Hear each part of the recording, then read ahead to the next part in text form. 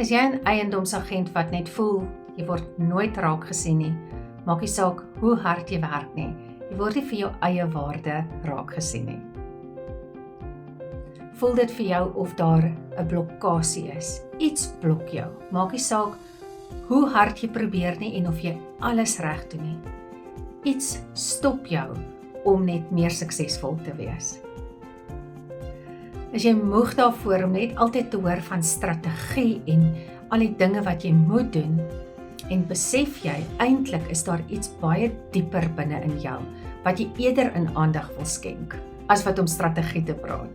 Sit tegnologie jou ore aan en wens jy daar was net iemand gewees wat dit vir jou baie maklik kan verduidelik, en dit selfs vir jou doen. En dan skrik sosiale media jou dalk af, maar jy wens tog jy kon dit tot jou eie voordeel gebruik het.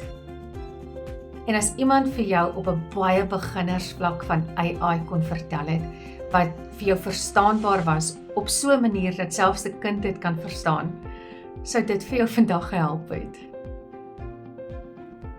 As jy op meeste van hierdie vrae ja geantwoord het, en jy 20 minute om maandag aan te kom luister, na 'n gratis informasiesessie, waar ek vir jou al die antwoorde op die vorige vrae sal kan gee, dan sal ek dit waardeer as jy vir my 'n e-pos stuur na hierdie e-posadres toe.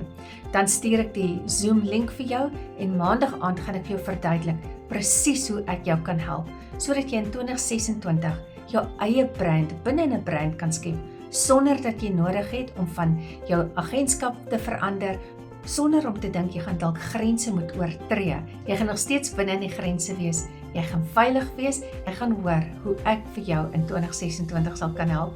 My naam is Latasha de Plooy, ek sien uit daarna om van jou te hoor.